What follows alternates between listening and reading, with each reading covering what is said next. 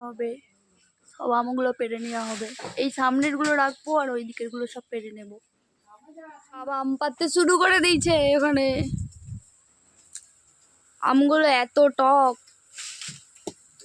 এই জায়গায় আমাদের এঁচড় গুলো কত বড় হয়েছে।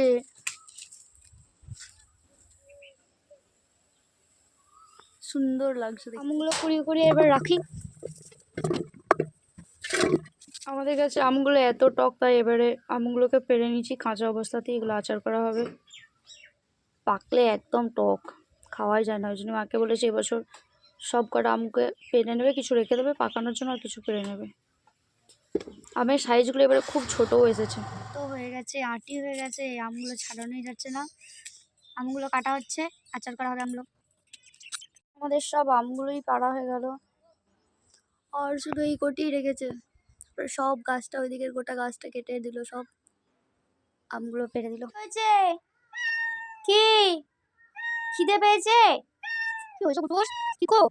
এই আমগুলো এবার সবাইকে দুটি দুটি করে দিতে যাচ্ছি। প্যাকেট করে নিচ্ছি।